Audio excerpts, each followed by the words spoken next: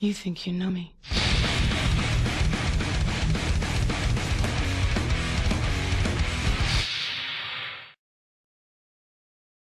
This mess continues on and off for a few minutes before I finally start to feel better. By the end I'm sweating, my hands are shaking and my throat burns like hell. Knees weak, palms are sweaty, there's spaghetti on my palms already. My attempt to cheer myself up falls flat in all regards. What is happening to me? Migraine, the nosebleed, going colorblind, passing out in my bathroom, my class, and now this. My throat burns even more as I try and swallow my fear. Damn it, why now? Why does it have to happen when I finally managed to get things to go well?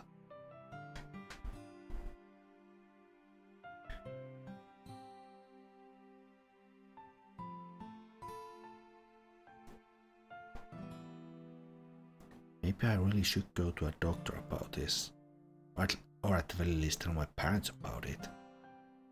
Even though I lectured Sayori about telling her parents about her depression this morning, this feels different. I put my hand on my forehead to check for a fever, but it's hard to tell with all the sweat. Mom and Dad are 3 hours away on business. I don't want them rushing home just because I might have a virus or the flu or something. It's a little sad to think about, but I've become quite adept at taking care of myself over the years. I'll just go to the drugstore after school and pick up some antibiotics. If Mom calls about it, I'll just tell her I'm not feeling well. I take some time to get on my strength before finally leaving the stall. Aside from some fatigue, purging my system did seem to make me feel quite a bit better. I wash my hands and rinse my mouth at the sink before making my way back into the hall.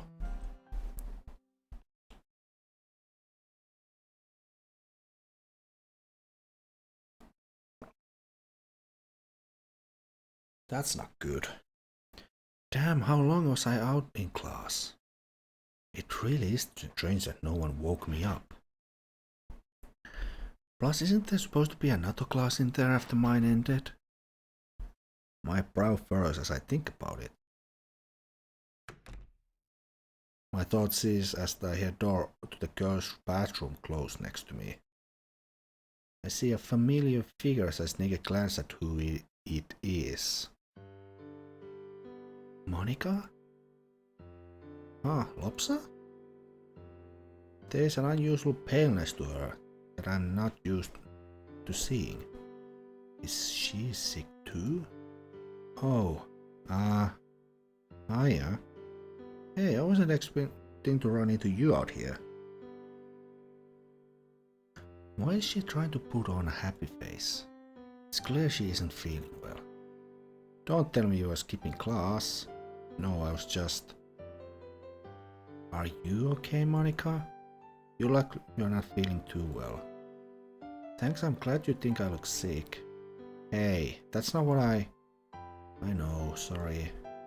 I was just feeling a little nauseous in the class, that's all. But I'm fine now, don't worry about it. Well, I'm glad to hear that you're feeling better. What about you? Like you haven't been feeling all that great either. What? Me? Please, I'm the... Stop with the facade, please. Sorry. I guess I was feeling something similar. I swear I'm not trying to copy you, but I also feel better now.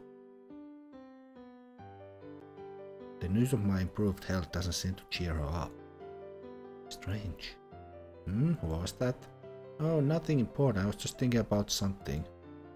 Anyways, I'm glad to hear you're feeling better now. After all, I wouldn't want any of my club members to be sick. Club members, huh? And here I was thinking we were friends. I put on a powdery face to try and guilt-trip Monika. Well, keep writing good poems, I'll sure to make it there eventually. It's clear that my conversation skills are still nowhere near her level. Haha, how clever. But it is a real shame. It just so happens that I only show my points to my friends, you know. Well, looks like you're just gonna have to work fast if you want me to read them so badly. Damn, how'd you get me again? Alright, I give up. Come on, don't tell me that's all you can handle. Shouldn't you be getting to class or something?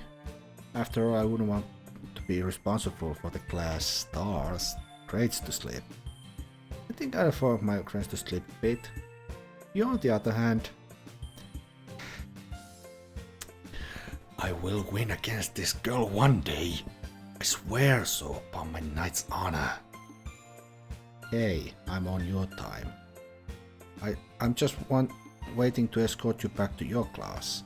Wouldn't you want getting attacked by any stray books or pencils, you know? Oh my, how could I have forgotten you, gentlemen? Well then, shall we be going? After you. As we begin to make our way down the hall, I begin to feel a little anxious. I hope she doesn't put me in a position where I have to tell her about Sayori and me. Not yet anyways. I'm confident I can ward off any advances until then. Assuming the game master in my brain doesn't decide to suddenly take over. Lopsa, before we get to class, can I show you something? Sure. Truth is, I wasn't looking forward to walking in late anyways. It will only take a second. Monika stops in front of a room that I don't think I've ever been in. She tries the handle, but the door appears to be locked. This doesn't stop her though, as she soon pulls out a set of keys and unlocks it. I guess if there's any student that would have a key to a classroom, it would be her. Once the door is open, we both make our way inside. I immediately realize why she would have keys to this room as I step in. I'm willing to bet this is where she's been practicing piano. Even though I've never been here before, it has a strange familiarity to it. I feel relaxed for some reason. And probably guess why I would come here, huh? I think I have a pretty good idea. I had no clue the pantry was on this side of the school though. It's not actually. The pantry's on the other side of the school, but it's too small to fit everything in it at once. So they store whatever they're not using at the time in here. And well, since the school band can't really use the piano, I'm assuming it spends most of its time in here. Yeah. I can't help but notice that Monika seems really candid. Does this really mean a lot to her? I mean, I get that she plays the piano here, but why is she being so shy about it? Well, I think it's pretty neat. Really? Yeah, nice cozy room like this. It has an odd peacefulness to it, you know? I'm glad you think that. I feel the same way. I don't really see how you do it though. If I had a key to an empty classroom, all my teachers would probably think I had gone missing. You're not insinuating that you'd skip class, are you? No. It's more of a statement than an insinuation. Looks like I'm going to have to rein in one of my club members. I'm certain that my mother would be thankful if you managed that. I quickly turn my attention away from Monika's glare and begin to explore the room. If Sayori's clumsiness has really worn off from me, this place will be a war zone in a minute. I'm extra careful not to touch or bump into anything. My focus abruptly stops on the piano as I get near it.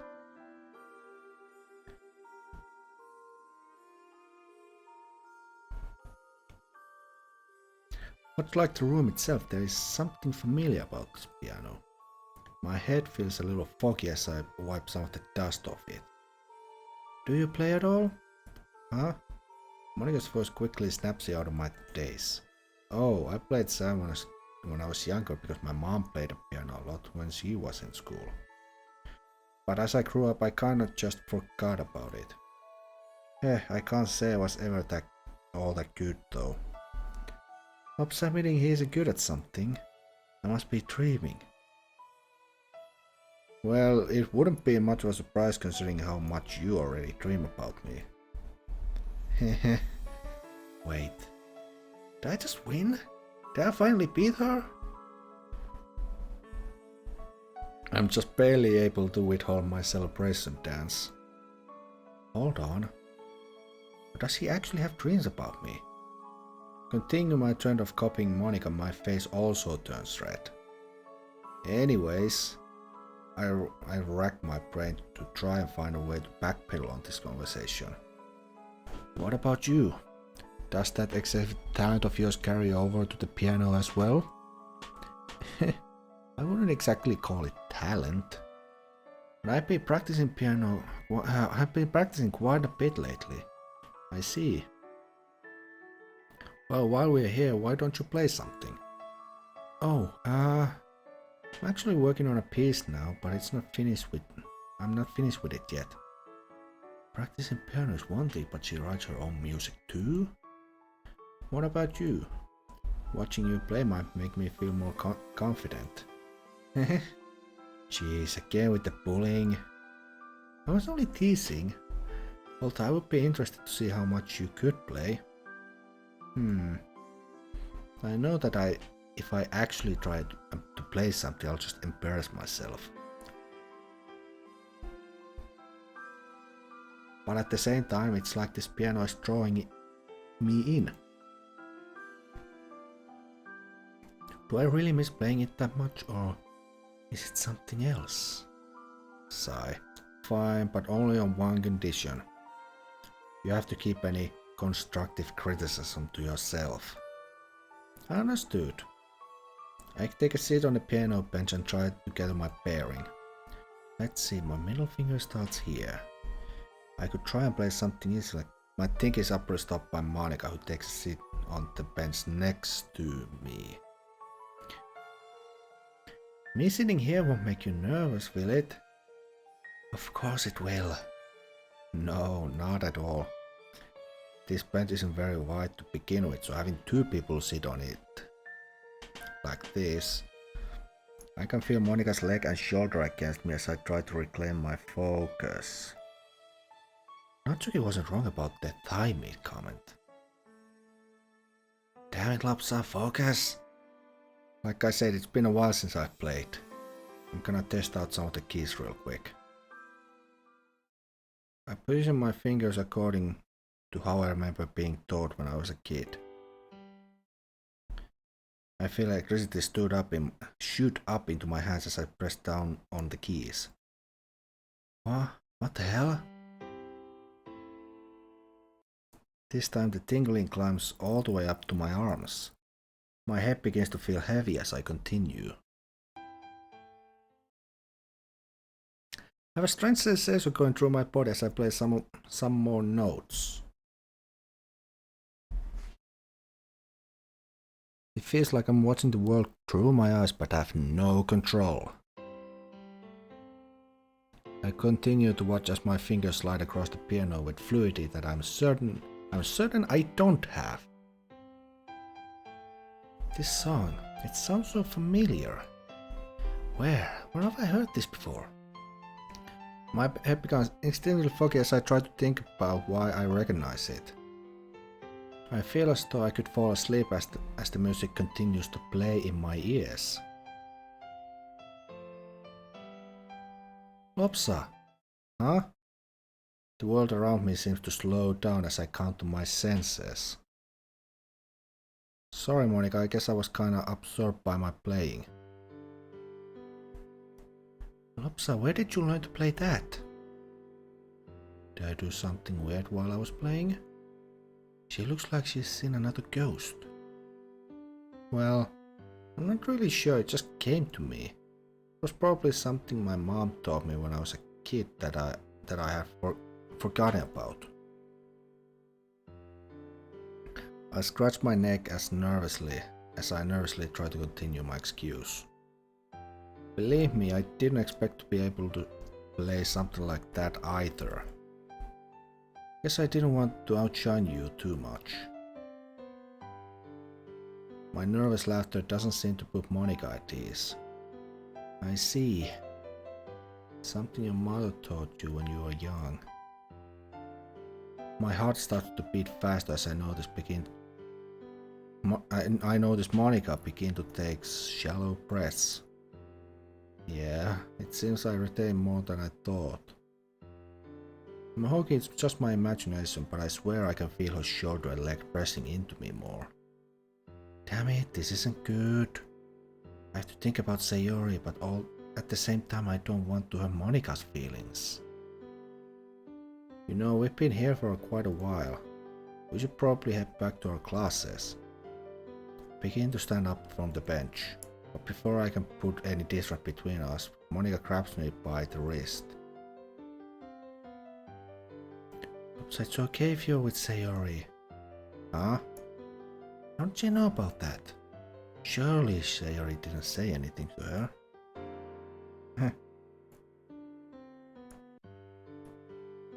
Monika lets out a weak laugh that makes me feel like I just watched a puppy get kicked. I'm glad that you are happy, really. But would you, maybe... The grip on my wrist tightens as she tries to find the right words. But before she is given the chance, I retake my seat on the bench next to her. Of course, we are club members after all. And here I was thinking we were friends. Well, maybe once you're able to match me on the piano. I smile at Monika, who seems to ease up a little this time.